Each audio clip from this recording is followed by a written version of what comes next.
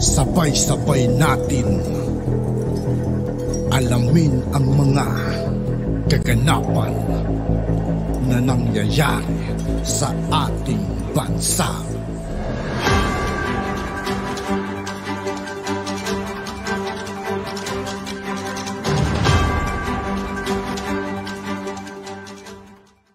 Yo, what's up mga kaibigan? This is Aitoki po again.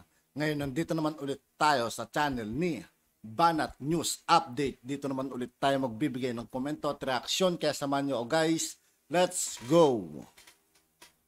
Ito ang nakakagulat na balita ngayon. Viral at trending ngayon sa mundo ng social media ang di umano'y balitang Pangulong Bongbong Marcos hindi na mapipigilan pa at nagsalita na. Hindi nakikipag-away sa China ang Pilipinas pero nanindigan na hindi papayag na mawala ang karapatan ng Pilipinas sa sarili nitong teritoryo sa West Philippine Sea.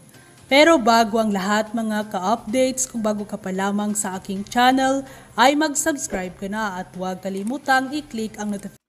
Sa lahat ng hindi pa nakasubscribe mga kaibigan kay Banat News Updates, mag-subscribe na po tayo at huwag nyo rin pong kalimutan mag-subscribe dito sa aking channel. Notification bell para mas updated ka pa sa mga bago at napapanahong balita na i-upload namin. At heto na nga mga ka-updates. Ayon sa isang balita, iniiwasan ngayon ng Pilipinas ang lumikha ng anumang gulo sa West Philippine Sea. Ngunit binigyang diin ni Pangulong Bongbong Marcos na hindi naman maaaring pabayaan na lamang ang karapatan ng bansa sa rehiyon.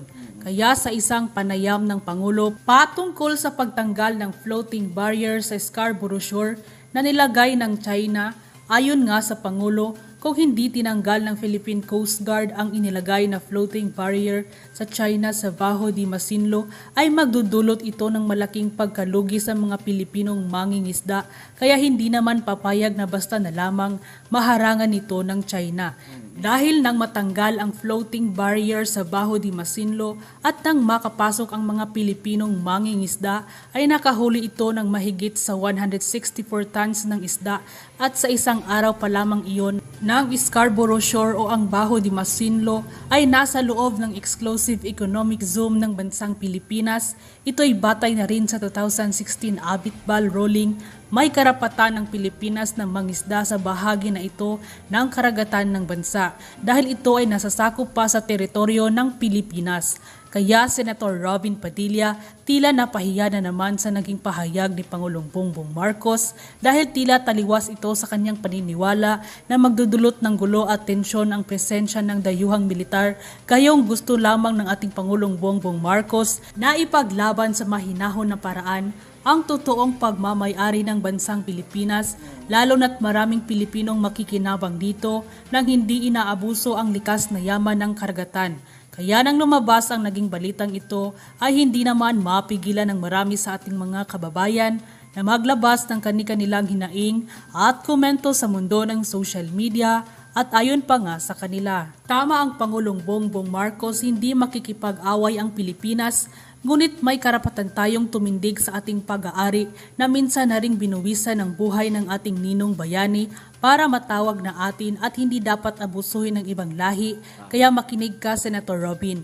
Hindi lahat ng pwedeng ipagkibit balikat dahil kinabukasan ng mamamayan at bansang Pilipinas ang nakasalalay.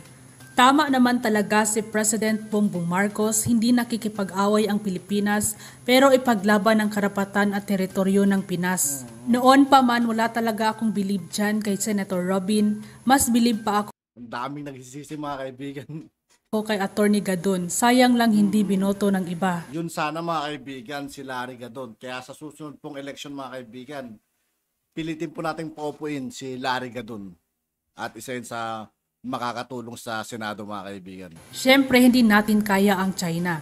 Tayo ang talo kaya diplomasiya talaga ang kailangan. Mabuti nga matapang itong si President Bongbong Marcos. End quote. We just finished the very important launching na roll out natin yung bagong programa na food stamp program. Ito po ay mga ating ginagawa para we are looking after not only the amount of food that people are eating, but also the nutritional value of what they are eating. So we are able to monitor that so we can advise people on how to balance their diets. So ganun lang kasimple, but we are only starting. We will soon have it nationwide. Pero we piloted it here in Siargao for today. So now we also distributed the rice that we had seized from the warehouse. This is also still from Zamboanga. There's to give to the 4-piece beneficiaries who are in most need. So I think, yes, we open the floor. Thank you, Mr. President. Alan Francisco, PTV4. Hi, ma'am. Hi, sir. Magandang hapon.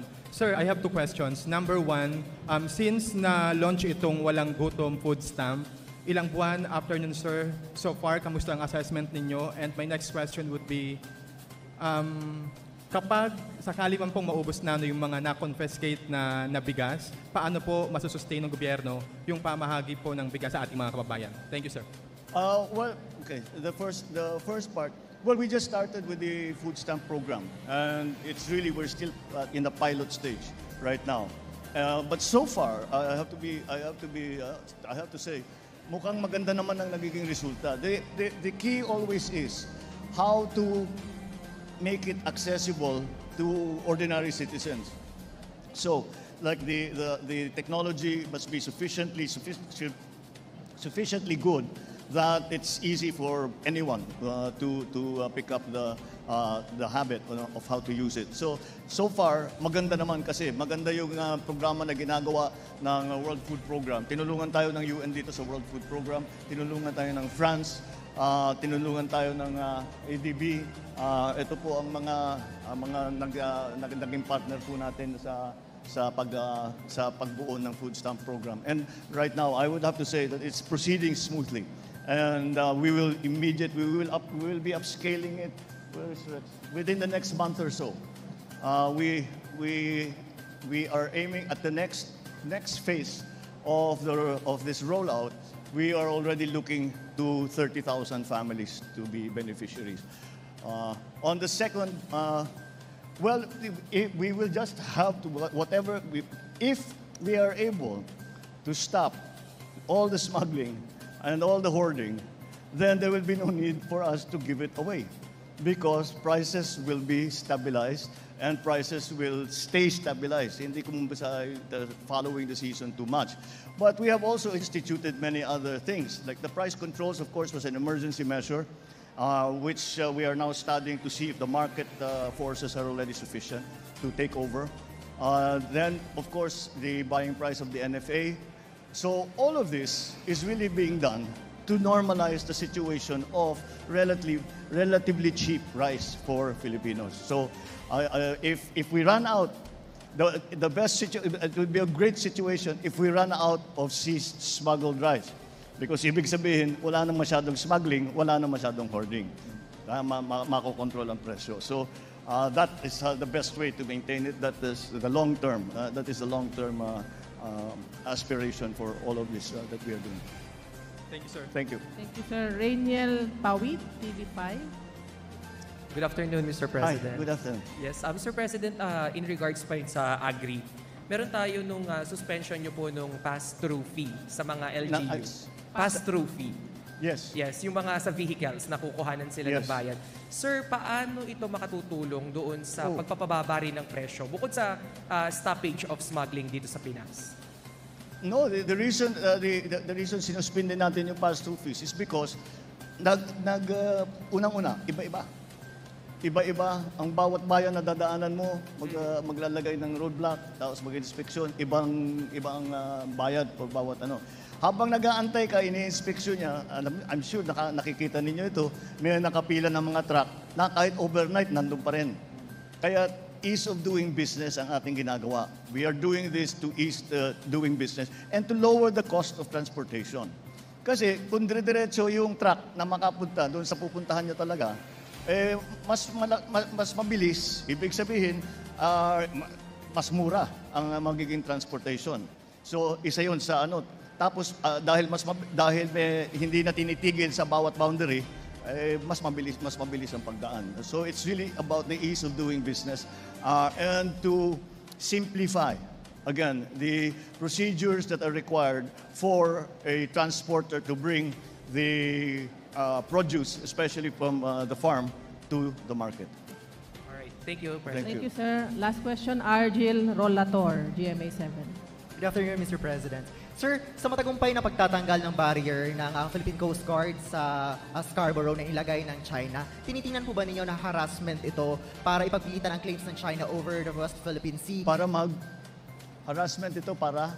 Harassment po sa Pilipinas para ipagpilitan po ang kanilang claims over the West Philippine Sea. At kabilang din po sa naging kautusan po ba ninyo sa National Defense na tanggalin lahat ng mga structures na itinayo ng China within the Philippine Economic Exclusive Zone, sir? Oh, well, yes. Again, many of these are operational issues and that I really cannot talk about. But in terms of taking down the barrier, I don't see what else we could do. Dahil talaga yung mga fishermen. Nung pinutol yung tali, yung nakapasok na fisherman, nung araw na yon, nakahuli sila ng 164 tons na isda. So, sa isang araw pa lang yun. Yun ang nawawala sa ating mga fisherman. Kaya hindi naman maaari na lalagyan ng barrier na gano'n. At maliwanag naman na nasa loob ng Pilipinas yan. Kaya, sige, basta't hindi tayo naghahanap ng gulo. Basta't gagawin natin, patuloy natin, ipapagtanggol ang Pilipinas, ang maritime territory ng Pilipinas, ang karapatan ng mga fisherman natin na mangisda doon sa mga areas kung saan sila nangingisda daan-daang taon na. Kaya hindi ko maintindihan ba't nagbago na ganito. Kaya basta kagaya ng sabi ko, umiiwas nga tayo sa gulo, umiiwas tayo sa mga maiinit na salita, ngunit matibay ang ating pagdepensa sa teritoryo ng Pilipinas. At yun na nga mga ka-up. At yun nga po mga kaibigan, dito po nagtatapos ang ating reaction video. Muli ako po si I2K ng Sundalo ng Donggalo at 811. Maraming salamat sa patuloy na pagsuporta. Yeah, peace out.